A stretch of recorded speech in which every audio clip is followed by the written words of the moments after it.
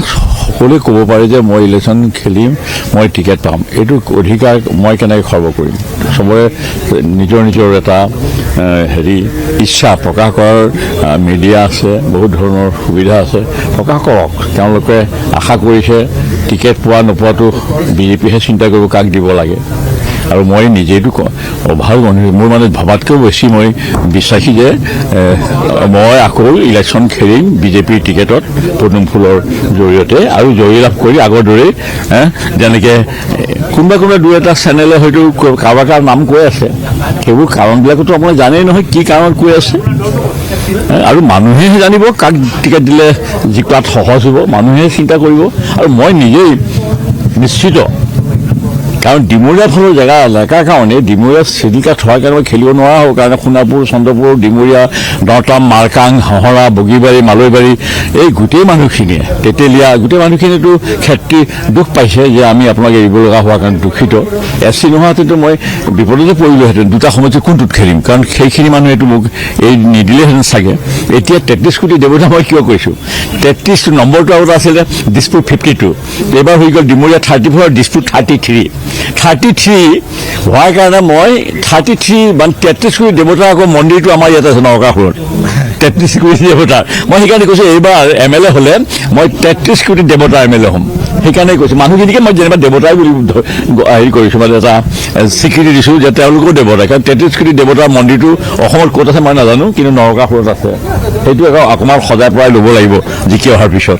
বাৰু মই দুখ অকণো নাপাওঁ দেই, তেনেকৈ অলপ কোনোবাই যদি শান্তি পায় তেনেকৈ কয় পাওক, মোৰ তাত ক্ষতি কৰাৰ কি অধিকাৰ নাই নহয়, চবেই কওক তেনেকৈ।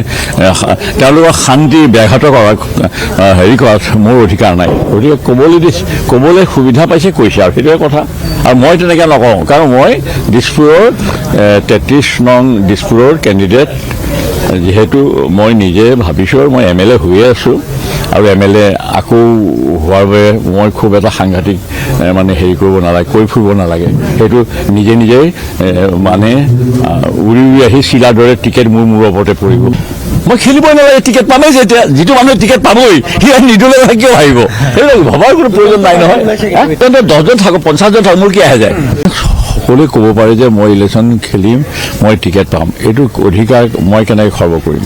চবৰে নিজৰ নিজৰ এটা ইচ্ছা প্ৰকাশ কৰাৰ মিডিয়া আছে, বহুত ধৰণৰ সুবিধা আছে, প্ৰকাশ কৰক। তেওঁলোকে আশা কৰিছে টিকেট পোৱা নোপোৱাটো বিজেপিহে চিন্তা কৰিব, কাক দিব লাগে। আৰু মই নিজেইটো ভাল মানুহ, মোৰ মানে ভবাতকৈও বেছি মই বিশ্বাসী যে মই আকৌ ইলেকশ্যন খেলিম বিজেপিৰ টিকেটত পদুম ফুলৰ জৰিয়তে, আৰু জয়লাভ কৰি আগৰ দৰেই যেনেকৈ কোনোবা দুই এটা চেনেলে হয়তো কাৰোবাৰ নাম কৈ আছে, সেইবোৰ কাৰণবিলাকতো আপুনি জানেই নহয় কি কাৰণত কৈ আছে। আৰু মানুহেহে জানিব কাক টিকেট দিলে জিকাত সহজ হ'ব, মানুহে চিন্তা কৰিব। আৰু মই নিজেই নিশ্চিত, কাৰণ ডিমৰীয়া ফালৰ জেগা এলেকাৰ কাৰণে, ডিমৰীয়া চিডিকাত হোৱাৰ কাৰণে খেলিব নোৱাৰা হ'ব কাৰণে সোণাপুৰ, চন্দ্ৰপুৰ, ডিমৰীয়া, দহটাম, মাৰকাং, হহৰা, বগীবাৰী, মালৈবাৰী, এই গোটেই মানুহখিনিয়ে, তেতেলীয়া গোটেই মানুহখিনিয়েতো ক্ষেত্ৰী দুখ পাইছে যে আমি আপোনাক এৰিব লগা হোৱাৰ কাৰণে দুখিত। SC নোহোৱাহেঁতেনতো মই বিপদতে পৰিলোহেঁতেন, দুটা সময়ত কোনটোত খেলিম, কাৰণ সেইখিনি মানুহেতো মোক এই নিদিলেহেঁতেন চাগে। এতিয়া 33 কোটি দেৱতা মই কিয় কৈছোঁ, 33 নম্বৰটো আগতে আছিলে দিছপুৰ 52, এইবাৰ হৈ গ'ল ডিমৰীয়া 34, দিছপুৰ 33 হোৱাৰ কাৰণে মই 33 কোটি দেৱতাৰ আকৌ মন্দিৰটো আমাৰ ইয়াত আছে নৰকাসুৰত, 33 কোটি দেৱতাৰ। মই সেইকাৰণে কৈছোঁ এইবাৰ MLA হ'লে মই 33 কোটি দেৱতাৰ MLA হ'ম। সেইকাৰণে কৈছোঁ মানুহখিনিকে মই যেনিবা দেৱতাই বুলি কৰিছোঁ, মানে এটা স্বীকৃতি দিছোঁ যে তেওঁলোকেও দেৱতা।